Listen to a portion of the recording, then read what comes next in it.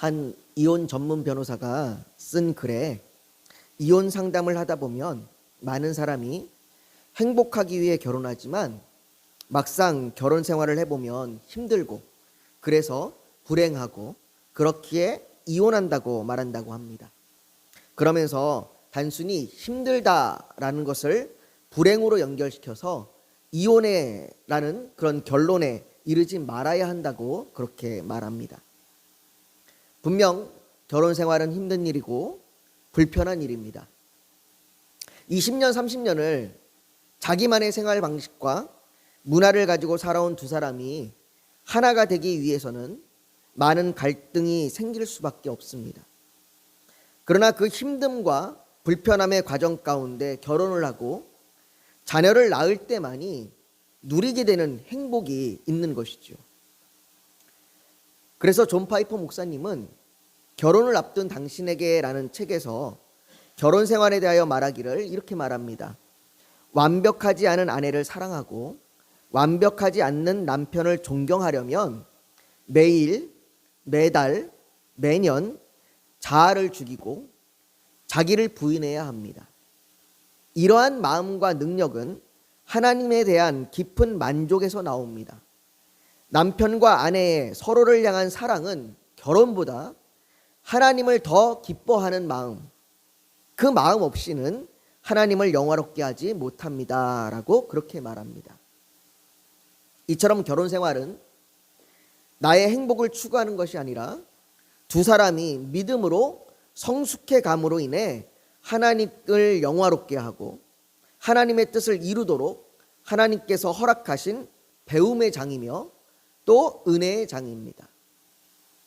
바울은 이것이 믿는 사람과의 결혼뿐 아니라 믿지 않는 사람과의 결혼에서도 마찬가지다라고 그렇게 말합니다. 물론 믿는 사람과 믿지 않는 사람의 결혼은 결혼 생활에 대한 다른 문제들과 더불어서 믿음의 문제로 인한 갈등도 나타날 것이고 힘들 것입니다. 하지만 어머니나 아버지 둘 중 한 명의 믿음일지라도 그것이 자녀에게 영향을 줄 것이고 더 나아가 배우자에게 영향을 주어서 배우자를 구원에 이르도록 할 수 있을 것입니다. 제가 아는 한 집사님도 청년 때 자기가 신앙생활을 하지 않았었는데 교회에 가본 적이 없는데 좋아하는 여인을 만나고 그 여인이 함께 교회에 가자 그래서 교회에 가기 시작했고 그래서 결혼해서 계속해서 신앙생활을 하고 있다라고 그렇게 이야기하는 것을 들었습니다. 그러니 결혼 생활에 믿음의 문제로 갈등이 일어날지라도 우리가 누군가를 구원할 수 있고 또 자녀를 믿음으로 기를 수 있기 때문에 그것이 그냥 갈라설 것이 아니라 믿음의 문제로 다툼이 되면 그냥 갈라서고 그냥 끝내 이게 아니라 지혜롭게 잘 해결해야 합니다. 물론 지혜롭게 잘 해결한다는 것이 쉬운 건 아닙니다. 지혜롭게 잘 해결한다는 것이 되게 어려운 일이고 또 믿음의 갈등뿐 아니라 결혼에서 나타나는 수많은 갈등이 어떤 분들은 그 정도가 너무나 커서 폭력과 상처로 남으시는 분들도 있습니다. 우리가 두 부부의 문제는 두 부부만이 안다고 이야기하잖아요. 삼자는 그 부부의 문제를 정확하게 알지 못합니다. 그렇기 때문에 부부 안에 얼마나 큰 갈등이 있고 또 그것이 얼마나 크게 열심히 노력을 하고 해결해 보려고 했지만 그것이 잘 안 되는 경우도 발생할 수 있습니다. 그래서 그 부부의 문제, 결혼의 문제 이것을 우리가 쉽게 이것이 답입니다라고 그렇게 단정 지을 수는 없습니다. 그러나 우리가 지금 당장 답을 제시할 수는 없어도 이게 답입니다라고 답을 제시할 수는 없어도 방향을 잡을 수는 있습니다. 이런 방향으로 살아야 합니다라고 제시할 수 있는데 그리고 그 방향을 제시하는 것은 이 결혼 생활의 문제만이 아니라 지금 우리에게 주어진 다양한 삶의 문제들, 직장의 문제나 또는 학업의 문제나 또는 인간관계의 문제 여러 가지 문제에도 적용할 수 있습니다. 그렇다면 그 방향이 무엇입니까? 그것을 오늘 본문을 통해서 우리가 살펴보려고 합니다. 바울은 오늘 본문 17절에 이렇게 얘기합니다. 우리 한번 17절을 같이 한번 읽어볼까요? 17절 같이 읽습니다. 시작. 오직 주께서 각 사람에게 나눠주신 대로 하나님이 각 사람을 부르신 그대로 행하라. 내가 모든 교회에서 이와 같이 명하노라. 오늘 우리가 읽은 이 17절 말씀이 오늘 읽은 전체 본문의 핵심 주제를 나타내는 그런 말씀입니다. 그리고 이것과 동일한 말씀이 20절에도 반복되고 그리고 24절에도 반복되어 나타납니다. 바울이 고린도전서 7장을 다루면서 결혼에 관한 말씀을 다뤘습니다. 그리고 결혼에 관한 말씀으로 이 독신으로 있는 사람, 그리고 결혼한 사람, 그리고 조금 전에 얘기했던 것처럼 믿지 않는 배우자와 결혼한 사람에 대하여 말하면서 그 어떤 것이 옳다라고 그렇게 말하지 않는다는 겁니다. 바울은 독신이 옳다, 결혼하는 것이 옳다, 믿음이 있는 배우자와만 반드시 결혼해야 된다, 아니면 믿음이 없는 배우자와 결혼해도 된다, 이런 것에 대하여 어떤 것이 옳다라고 그렇게 정답을 제안하지 않습니다. 여러분, 우리는 독신이든 결혼을 했든 믿지 않는 배우자와 결혼을 했든 그 안에서 어려움을 만나게 됩니다. 내가 독신으로 있다고 해서 어려움이 없는 것이 아니고, 또 결혼했다고 해서 어려움이 없는 것이 아니고, 또 믿지 않는 배우자와 결혼했다고 해서 어려움이 없는 게 아닙니다. 각각 다 어려움이 있습니다. 그 어려움을 만나게 되고 그로 인해 우리는 어떤 걸 소망하냐면 이것보다 더 나은 상황이 있었다면, 이것보다 더 나은 상황이 되었다면 어땠을까라고 그렇게 생각하게 됩니다. 내가 지금 독신이 아니라 결혼했다면, 내가 믿지 않는 사람과 결혼한 게 아니라 내가 믿는 사람과 결혼했다면, 아니면 내가 결혼하지 않았다면, 이런 것으로 인하여 그런 것들을 생각하게 되는 거죠. 좀 더 나은 상황. 그리고 그렇게 시작된 생각은 나의 어려운 상황을 겪으면서 하나님께서 내게 허락하신 것이 이게 아닌데, 지금 이 상황이 아닌데, 혹 내가 잘못된 선택을 해서 하나님이 원하신 게 아닌데 내가 지금 하나님 원하지 않는데 그냥 내 고집과 내 마음대로 내가 그냥 선택을 해서 지금 이런 어려움을 겪게 된 것은 아닌가라는 그런 생각에까지 이어지게 됩니다. 이건 비단 결혼의 문제만이 아니라 바울이 오늘 본문에서 결혼의 문제뿐 아니라 할례와 무할례, 그리고 자유인의 문제, 종과 자유인의 문제에도 오늘 이 17절의 말씀을 적용하고 있습니다. 다시 말해 오늘날 우리가 겪고 있는 종교적인 문제들, 그리고 직장이나 직업, 그리고 지위에 관한 그런 부분에 대해서도 동일하게 오늘 17절의 말씀을 적용할 수 있다는 것이죠. 그렇다면 먼저 우리가 이 17절의 말씀의 의미를 좀 정확하게 좀 살펴봐야 합니다. 우선 바울이 고린도 교회에게 이 17절의 말씀을 한 것은 고린도 교회 성도들이 독신과 결혼의 문제를 다루면서 이것을 중요한 종교적인 조건으로 여겼다는 겁니다. 내가 종교적으로 성숙한 자가 되려면, 내가 종교적으로 인정받은 자가 되려면 결혼하는 것보다는 독신으로 있는 게 낫다, 이렇게 그들이 여긴 겁니다. 그로 인해 자신들의 상황을 바꾸려고 했습니다. 결혼했음에도 불구하고 독신이 나면 독신 쪽으로, 아니면 독신이면서 결혼한 쪽이 낫다라고 생각되면 결혼한 쪽으로, 이렇게 자기의 지금 상황을 바꾸려고 했다는 것이죠. 그리고 이것을 하나님의 부르심과 연결하여서 하나님의 부르심이 지금 나의 상황이 아닌 다른 상황에 있다고 생각하는 겁니다. 그러니까 지금 내게 주어진 이 상황이 하나님의 부르심이 아니고, 하나님의 부르심은 이거보다 더 나은 상황, 아니면 다른 상황에 있다라고 생각을 하는 겁니다. 지금도 많은 사람들이 하나님의 부르심 그러면 이걸 바로 목사로 연결해서 생각하는 사람들이 있습니다. 그래서 목사로 연결해서 바로 신학교로 가야 되는 것. 내가 하나님의 부르심을 받아서 내가 이제 목사가 돼야 돼, 신학교로 가야 돼라고 그렇게 하는 분들이 있습니다. 물론 하나님께서 목사로 부르신 사람이 있습니다. 그러나 모든 하나님의 부르심이 목사여야 하는 것은 아닙니다. 하나님은 각 직업과 각 상황에서 그 부르심들을 주신 것입니다. 여기서 하나님의 부르심을 우리가 좀 먼저 구분할 필요가 있는데요, 하나님의 부르심이라는 말을 사용할 때 회심과 소명이라고 하는 두 가지 의미로 사용합니다.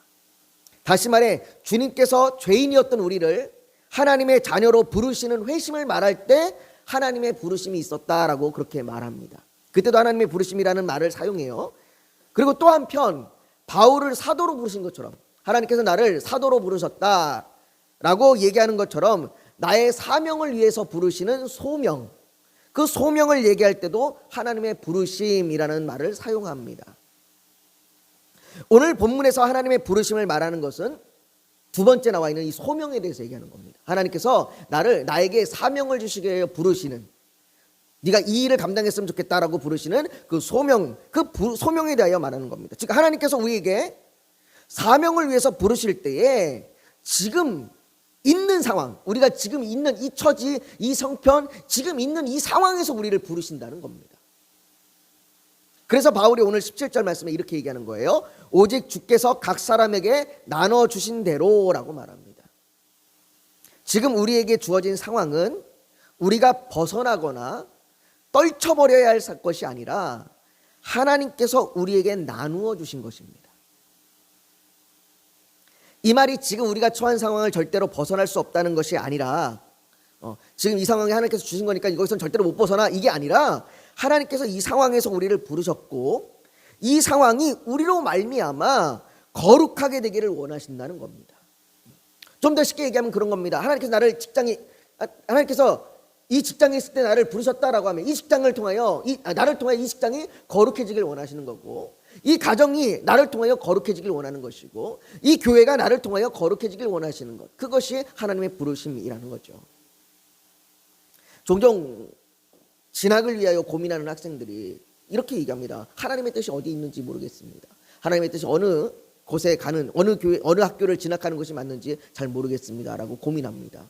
제가 아마 여러분들에게 이거에 대해서 여러 번 말씀드렸는데, 하나님의 뜻은 나를 어느 대학으로 가라고 부르시는 것이 하나님의 뜻이 아니라 지금 얘기했던 것처럼 내게 주어진 상황에서 내가 이 대학을 가든 저 대학을 가든, 내가 대학을 가지 못하든 내가 직장을 가든, 내가 주어진 상황에서 하나님의 부르심이 내게 있는 것이고, 그 하나님의 부르심은 그곳에서 내가 이곳을 거룩하게 하는 것, 그것이 하나님의 부르심이라고 말하는 것이죠. 그렇게 바울은 계속해서 17절에 이렇게 얘기하는 거예요. 하나님이 각 사람을 부르신 그대로 행하라. 하나님이 너희를 그곳에 있는 곳에서 부르셨으니 너희가 그곳에서 행하라, 하나님의 뜻을 행하라 라고 말하고 있는 겁니다. 많은 사람은 지금 자신이 처한 상황이 힘들면 그 상황에서 벗어나 더 나은 상황이 되기를 원합니다. 제가 서두에서 말한 것처럼 결혼과 행복에 대하여 말한 것과 같이 힘든 것은 불행이고, 그래서 하루라도 빨리 그 상황을 벗어나야 하는 것, 이것이 요즘 살아가는 사람들의 일반적인 모습입니다. 그것은 우리 신앙생활 할 때도 마찬가지예요. 지금 내가 신앙생활하고 할 때 내가 지금 이 상황이 어려우면 이 상황을 빨리 벗어나야만 한다고 얘기하고, 그래서 어떻게 빨리 벗어나는 것이 옳은 것인가를 고민하고 또 그것을 위해서 하나님 앞에 기도하죠. 마치 그것이 하나님의 뜻을 구하는 것 마냥 하나님 무조건 이 상황에서 벗어나게 해달라고 그렇게 간구하기도 합니다. 그러나 복음은, 하나님의 뜻은 그 상황을 통하여 하나님의 뜻을 이루라고 말하는 겁니다.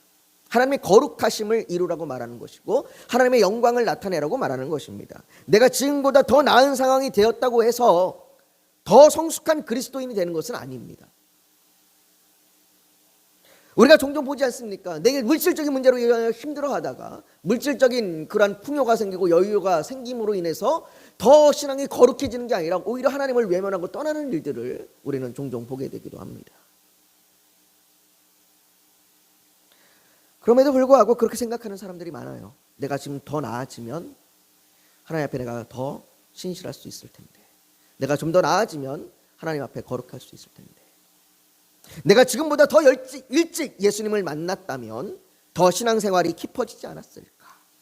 내가 더 일찍 목사가 되었다면 더 나은 목회를 하지 않았을까? 내가 기독교 집안에서 태어났다면 더 많은 사역을 했을 텐데. 우리는 지금의 상황을 보면서 이런 생각들을 하게 됩니다. 고린도 교회에도 이런 생각을 하는 이들이 있었습니다. 그래서 바울은 18절에 할례자로서 부르심을 받은 자가 있느냐 무할례자가 되지 말며, 무할례자로 부르심을 받은 자가 있느냐 할례를 받지 말라라고 말합니다. 할례를 받은 어떤 이들이, 즉 유대인으로 태어났거나 아니면 유대교로 개종을 했던 그런 사람들이었겠죠. 그 사람들이 이제 그리스도인이 되었는데, 그들은 그때 유대교에 있었거나 아니면 유대인으로 태어나서 할례를 받았던 그 할례의 흔적이 있단 말이에요. 그 어떤 이들이 그 할례의 흔적을 없애는 수술, 그 당시에 이제 그런 수술이 이루어졌답니다. 그 수술을 통하여 자신이 전에 유대인이었다라고 하는, 할례를 받았다라고 하는 그 흔적을 지우려고 했습니다.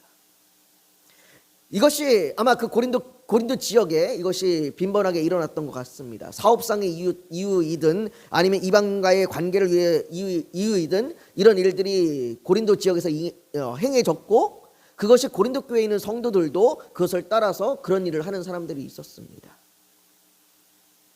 그러나 바울은 그들에게 이야기하기를 19절에 이렇게 이야기합니다. 할례 받는 것도 아무것도 아니요 할례를 받지 않는 것 아니하는 것도 아무것도 아니로되 오직 하나님의 계명을 지킬 따름이니라라고 말합니다. 중요한 게 뭡니까? 하나님의 계명을 지키는 거예요. 너희가 전에 할례를 받았던 할례를 받지 않았던, 너희가 전에 유대인이었던 유대인이 아니었던, 너희가 기독교 집안에서 태어났던, 너희가 기독교 집안에 태어나지 않고 나중에 신앙생활을 했던, 너희가 모태신앙이든 아니면 나중에 신앙생활을 했던, 너희가 남편으로 인하여 신앙생활을 했던 아내로 인하여 신앙생활을 했던, 그런 것이 중요한 것이 아니라 너희가 지금 하나님의 계명을 지킬 따름이니라 라고 말하는 거죠. 다시 말해, 지금 내가 처한 상황보다 더 나은 상황이 되어야만 내가 성숙한 성도가 되는 것이 아니라 지금 처한 상황에서 중요한 것은 오직 하나님의 계명을 지키는 것입니다. 어떤 이들은 지금 처한 상황을 불평하면서 더 나은 상황이 오기만을 기다리는 분들이 있습니다. 왜 내 처지는 이럴까? 내 형편은 이럴까? 언제쯤 더 나은 상황이 올까? 어떻게 하면 더 나은 상황이 올 수 있을까? 도대체 나에게 좀 더 언제 이 일들이 풀릴까? 그러나 바울은 21절에 이렇게 이야기합니다. 내가 종으로 있을 때에 부르심을 받았느냐? 염려하지 말라. 그러나 내가 자유롭게 될 수 있거든 그것을 이용하라 라고 권면합니다. 여기 뒷부분을 이렇게 번역할 수 있습니다. 내가 자유롭게 될 수 있거든 그것을 이용하라 라고 하는 이 부분을 이렇게 번역할 수 있는데요, 설사 자유롭게 될 가능성이 있다고 하더라도 차라리 현재의 상황을 최선을 다해 활용하라 라고 됩니다. 무슨 말입니까? 더 나은 상황이 될 수 있는 상황이 올 수 있을 겁니다. 어떤 이들에게는 지금보다 더 나은 상황이 될 수 있겠죠. 그것이 없다는 얘기가 아닙니다. 더 나은 상황이 될 수도 있고 가능성도 있을 거 있습니다. 그러나 더 나은 상황이 되느냐 안 되느냐, 그것을 너희가 바라고 소망할 것이 아니라 너희가 지금 맡겨진 이 상황에서 지금 너희에 주어진 조건 가운데 너희가 하나님 앞에 섬기기를 활용하며 열심을 다하여 충성하라 라고 얘기하는 겁니다. 그리스도인은 어떤 형편과 처지에 있든 그것을 불평하고 염려하며 더 나은 상황이 오기를 기다리거나 지금 처한 상황을 벗어나기만을 바라는 사람들이 아니라 지금 처한 상황에서 하나님의 뜻을 위하여 힘쓰는 자들이라는 것입니다.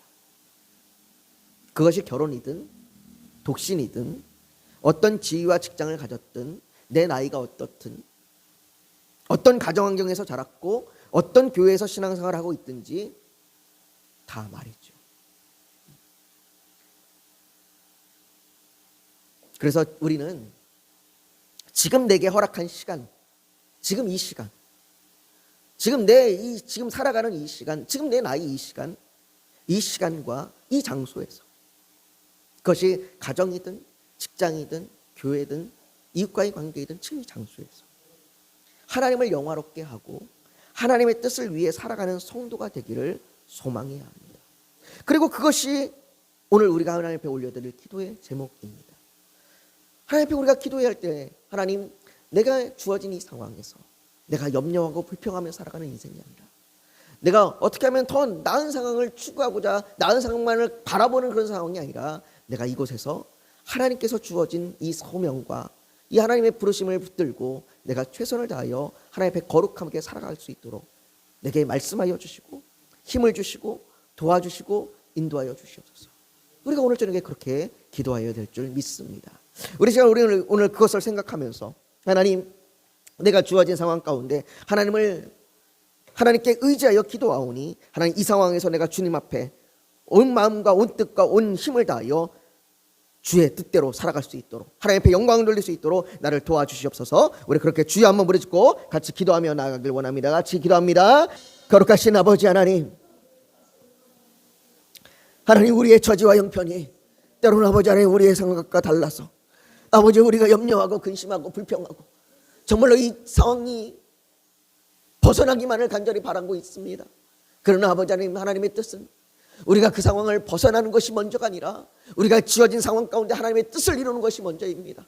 아버지 하나님, 우리가 더 나은 상황을 구하기보다 아버지, 우리가 지금 처한 상황에서 하나님의 뜻을 위하여 우리가 힘쓰고 애쓰며 그를 통하여 하나님 앞에 영광 돌릴 수 있는 자가 될 수 있도록 우리가 구하며 나아가게 하여 주시옵시고, 그 아버지 기도하며 나아갈 때 하나님 도우시고 역사하여 주시옵소서. 아버지, 우리 교회를 붙들어 주길 원합니다. 아버지 주여, 우리 교회 역시 하나님의 뜻 가운데 있음을 믿습니다. 아버지, 우리 교회가 더 나은 교회가 되는 것이 아니라 우리 교회가 하나님의 뜻을 이루는 교회가 되게 하여 주시옵소서. 아버지, 그 일을 위하여 우리가 말씀을 외우고 그 아버지 말씀 가운데 우리가 확신하며 아버지 그 말씀 가운데 거하는 교회가 되게 하여 주시옵시고, 정말로 아버지 그것을 위하여 우리가 예배하며 함께 성도들이 모여 주를 찬양하게 하여 주시옵소서. 또 아버지 더 많은 자들이 모여 아버지 더 주께 예배하는 그 공동체가 될 수 있도록 주여 도와주시길 원합니다. 아버지 하나님, 우리가 복음의 씨앗을 뿌릴 때에 그 씨앗들이 열매 맺게 하여 주시옵소서. 아버지 하나님, 또한 아버지 우리 성도들을 붙들어 주셔서 우리 성도들이 아버지 어떠한 처지와 형편에도 믿음이 흔들리지 않게 하여 주시옵소서. 아버지 하나님, 태산과 같이 아버지 하나님 험난한 그 일들이 몰려올지라도 아버지 주께서 아버지 내미는 그 손을 붙들고 언제나 주를 바라보며 믿음으로 살아갈 수 있도록 주여 도와주시옵소서. 하나님께서 주시는 은혜를 알게 하여 주시옵시고 그 은혜 안에 감사하며 기뻐하게 하여 주시옵소서. 선교사님들을 통하여 아버지 복음이 선포될 때에 그 나라와 그 민족 가운데 주의 교회가 세워지게 하여 주시고 주의 예배가 드려지게 하여 주시옵시고 복음 앞에 돌아오는 자들이 있게 하여 주시옵소서. 아버지 하나님, 우리의 각자의 처지와 형편을 아시는 주님이시오. 아버지 하나님, 우리에게 하나님의 선한 뜻을 우리의 마음의 소원으로 주셔서 우리가 주의 선한 뜻을 구하며 나아가게 하여 주시옵소서. 아버지, 우리의 욕심과 우리의 삶의 아버지 우리의 유익을 위하여 구하는 것이 아니라 하나님의 그 거룩하심과 하나님의 영광을 위하여 주의 뜻이 이 땅 가운데 이루어지기를 소망하며 구하게 하여 주시고 그것에 우리가 도구로 사용되어지게 하여 주시옵소서. 그것이 우리의 기쁨이요 그것이 우리에게 은혜임을 알게 하여 주시옵소서. 아버지, 또한 이 시간 김태훈 성도님을 붙들어 주시옵시고 아버지 그를 축복하여 주셔서 아버지 그의 가는 길을 인도하여 주시길 원합니다. 아버지의 주여, 직장을 구하며 나아갈 때에 아버지 하나님 주께서 정말로 아버지 하나님이 주시는 그 소명 가운데에 아버지 그의 길을 인도하여 주시고 그 맡은 바 그 일들을 잘 감당할 수 있도록 주여 도와주시옵시고 모든 과정 가운데 아버지 하나님 역사하여 주셔서 하나님 정말로 모든 과정 가운데 하나님의 도우심이 있게 하여 주시옵소서. 아버지 하나님, 또한 지금 산불로 인하여 어려움에 처한 자들을 주여 긍휼히 여겨 주시옵시고 그들을 도와주시옵소서. 아버지, 갈수록 아버지 산불이 아버지 하나님 주여 아버지 사그러들지 않고 점점 확산되고 또 죽어가는 사람들이 더욱더 많이 늘어나고 있는 지금 이 상황을 주여 아버지 하나님 주여 주께서 아버지 비를 내리사 속히 끝나게 하여 주시옵소서. 아버지 하나님, 비 소식이 들렸지만 아버지 하나님 비 소식이 정말로 아버지 적은 양의 비라고 합니다. 아버지 하나님 주께서 아버지 긍휼히 여겨서 아버지 그 아버지 적은 양일지라도 아버지 정말로 집중되어 내려서 아버지 속히 끝날 수 있도록 주여 도와주시옵시고 이 일을 위하여 힘쓰고 애쓰는 자들을 주여 아버지 힘을 주시고 도움의 손길을 도와여 주셔서 아버지 하나님 그곳에 정말로 긍휼함 있게 하여 주시옵소서. 모든 것 주께서 하시오니 주께서 정말 아버지 우리를 돌보시고 정말로 하나님의 그 은혜 가운데 우리가 있음을 알게 하여 주시옵소서. 모든 영광을 주 앞에 올려드리며 예수님의 이름으로 기도하옵나이다. 아멘.